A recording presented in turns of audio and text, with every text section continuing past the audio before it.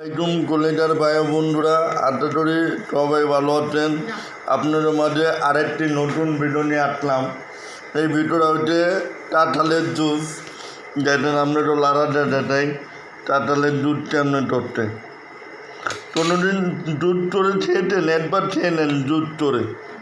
এইভাবে কাঁঠালের দুধ করে মুড়ি দিয়ে দুধ দিয়ে অনেক দুধ ছোট হয়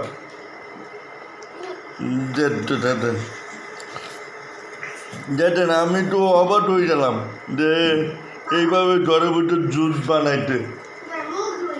এই জন্য আপনারা ঘরে বসে কাঁঠালের জুস বেনে খেতে পারেন। যাদের দাঁত নাই তাদের মুরব্বীদের দিতে পারেন এইভাবে কাঁঠালের জুস। আর অনেক পোলাপান আছে, বাচ্চা, ছোটো বাচ্চা আছে, তাদের ধরে এভাবে জুস বানাই খাওয়াইতে পারেন। ভিডিওটা কেরম লাগলো আপনারা লাইক কমেন্ট করে জানাবেন। আসসালামু আলাইকুম।